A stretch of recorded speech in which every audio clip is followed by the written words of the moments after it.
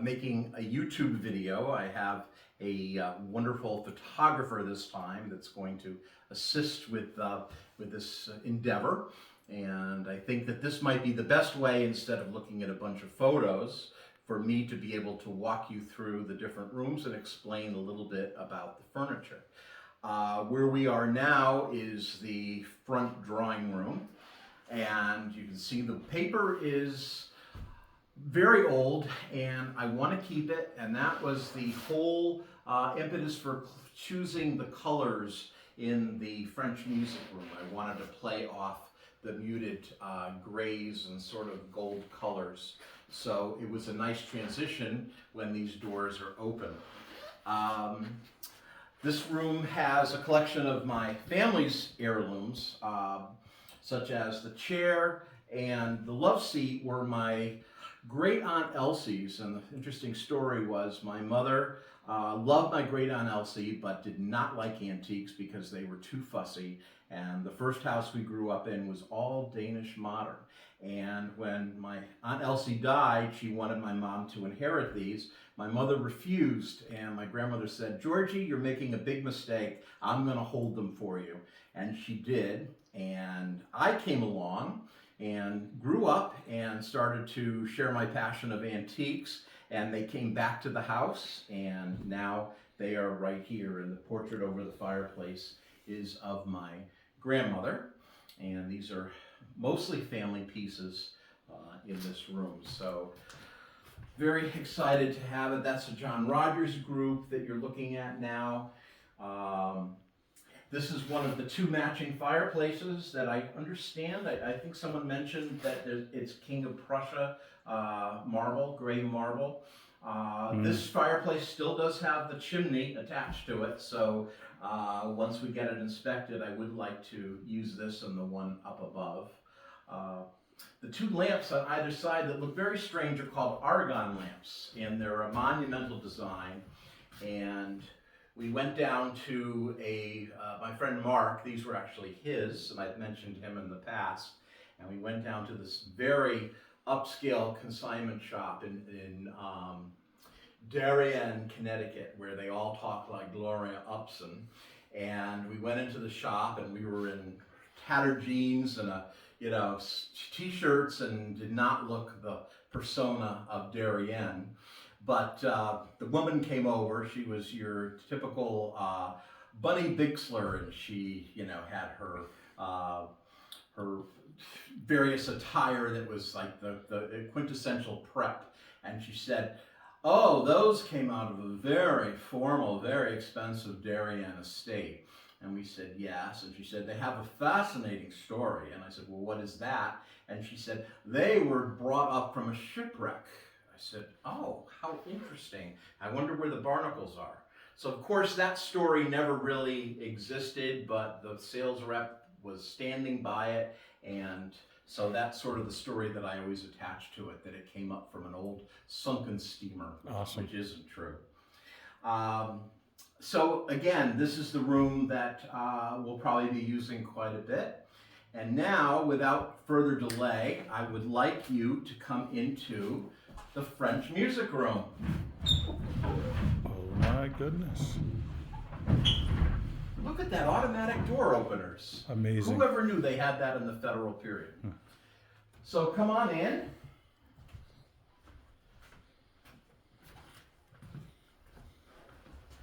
And here we go. This is the French music room. Chinese Chippendale mirror, that was quite a production to hang because it was a little bit too tall and I didn't want to cut anything down, so they put some special blocks in back of it to get it situated. This stove here is an early coal-burning stove, and this is my next restoration project. I'm going to wire brush it and put some stove paint on it and get the lions gilded like they used to be.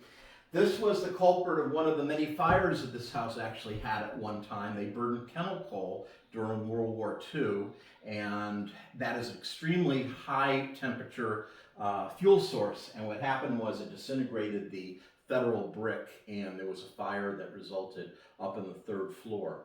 So this can no longer be used, but the stove is still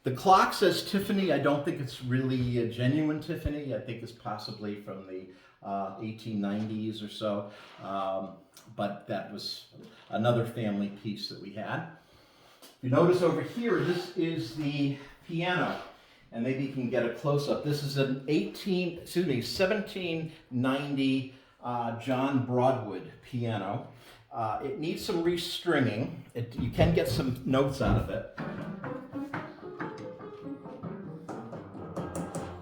But it certainly needs a lot of work, but it is restorable, which is a wonderful thing. And the painting over the piece I know nothing about. This painting over here is an icon, and those were produced en masse in Italy and were perfect for the tourist trade because people going on the Grand Tour could bring something like that back. And those are seen, but that's a wonderful piece and really good quality.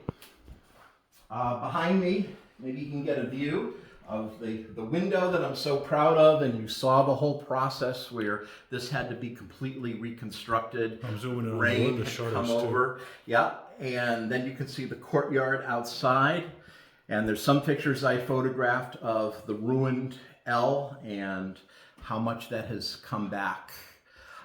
This mirror needs some restoration. I do have all the pieces, and that's going to go back up. This is a sort of a late, I'd say, Empire piece in crotch mahogany veneer. It's a wonderful desk, and it has all sorts of compartments. I'll show you over here. This comes down, and then it's all fitted for different books and different little cubby holes and pens and so forth. And even on the shelves, which are original, there's remnants of early wallpaper. What about this urn? I don't know anything about that, except it's a wonderful place to put ashes in at some point, but hopefully not mine.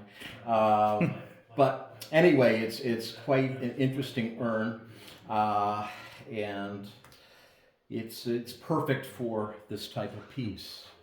And then the last bit to talk about would be you're doing a selfie, you are? Yeah. Okay. I'm not cute. Okay, yes you are.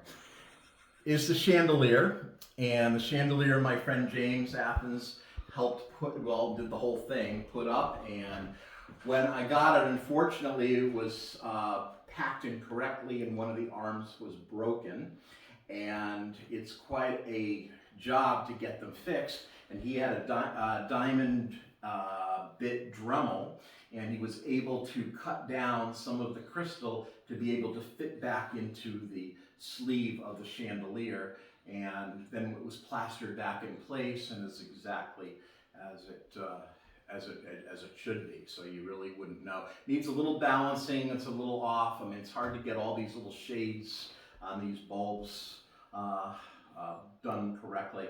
It looks great. But it looks good, and it's appropriate for the room and the whole setting, and I'm just couldn't be any happier with this room. It's probably my favorite, and it gives me great inspiration to come in here and see this and then realize that what potential the rest of the house has. So beyond here, which I won't show you, is the library. That has to be redone. And so on to some more rooms upstairs.